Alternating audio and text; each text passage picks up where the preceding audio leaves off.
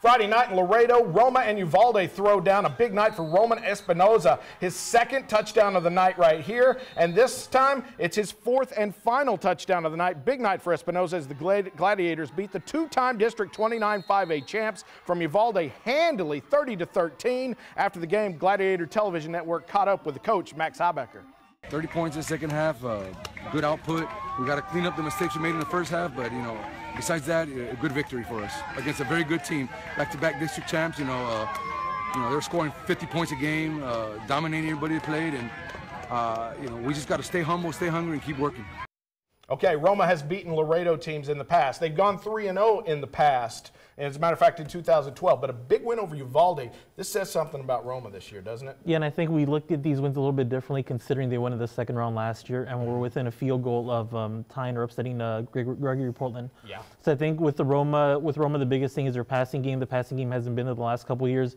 The defense has been consistent throughout, and they're making up a lot of big running plays with Ramon Espinoza as their lead back now. Yeah, Espinoza as the lead back is getting it done for Roma, just the way Oviedo has done in the past. Joe, this Roma team looks like they're on a mission. They're not about to fall back after having their best year ever last year. Two reasons, which everyone that talks to me and says, hey, what about postseason hopes for players and teams? I always look at two things, offensive line and how good is the defense. And in this case, check, they've got it both. When you saw the high fives after the touchdown run, look how big those offensive linemen was. He was chest bumping with. And then again, they've got this defense. So they've got the right recipe. Now, can they sustain this? Can they put it together? Well, it sure looks good. All right, well, Roma this week has another big team, a big bruising team on their schedule. It's the Palmview Lobos. Palmview just coming off of that overtime loss. So, Mario, you've seen Roma, you've seen Palmview. They play this week in La Jolla. What's your pick? Who's going to win between the Gladiators and the Lobos? I have Roma in this game. I think Palmview, people look at them a little bit differently after last night's game. I think people expected Palmview to win. I know at the paper we had all of them sweeping Roma. Just all five of us, I think, had us beating Roma. So I think in this case, Roma has a lot of momentum going from last season carrying over into this season. So I have them as a pick this week. All right, after the big upset over Uvalde, what do you think, Joe? I think it's going to be a terrific football game to be at, but I'm going to go with Roma. Again, size and defense. From there, we'll go. Yeah, you know what? Roma's on a roll. I like Palmview. I like what they do.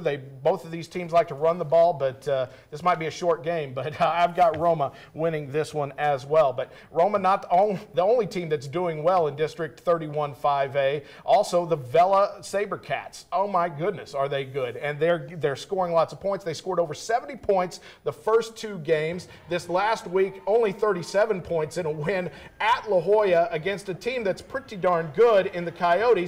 More importantly to me, Mario, this Vela team can play defense. They kept La Jolla down to 7 points. They've kept all their teams down. That's why they're scoring so much. Their defense is giving them the ball.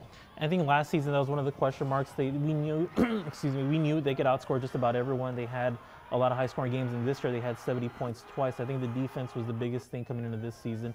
And they have it for moments, but I think if they do that, I think they'd be one of the more complete teams in the Valley. Yeah, and the offense, Joe, looks really good considering they've got a new quarterback who's an old quarterback and a lefty in Fabian Pedraza. They had, Robert Guerra scored 4 touchdowns last week. This time around, it was Eddie Luna. They've got lots of different weapons. Yeah, they do, and that's a luxury to have as a football team that's got that much firepower on the offense. We saw it with the Sherrylands over the last couple of years, and I even heard fans saying, hey, we're the new Sherryland. Well, don't be the new Sherryland because don't get knocked out in the playoffs early. Let's get through about 4 rounds, will you? But they've got all that, and that helps them work on this defense, which you have to work on your defense. You have to work on that defense. Roma and Vela, yeah, they're 3-0, but there's another 31 5A team that's 3-0, and they might be a surprise. How about the Pioneer Diamondbacks? Yes, they won their first game. Yes, they won against Hidalgo. Yes, they won their second game against Pace. But on Friday night, they went up to Corpus Christi, and they beat the Ray Texans in Corpus Christi.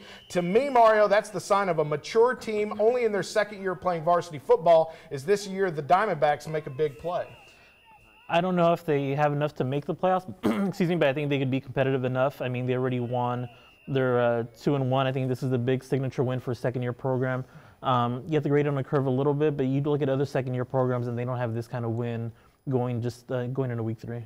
What are your thoughts on Pioneer so far, Joe? Generally, with these new programs, you look for those signature wins and you look for those signature tests, and generally, there's that close but didn't get their grow up period. Now, will they have that this year?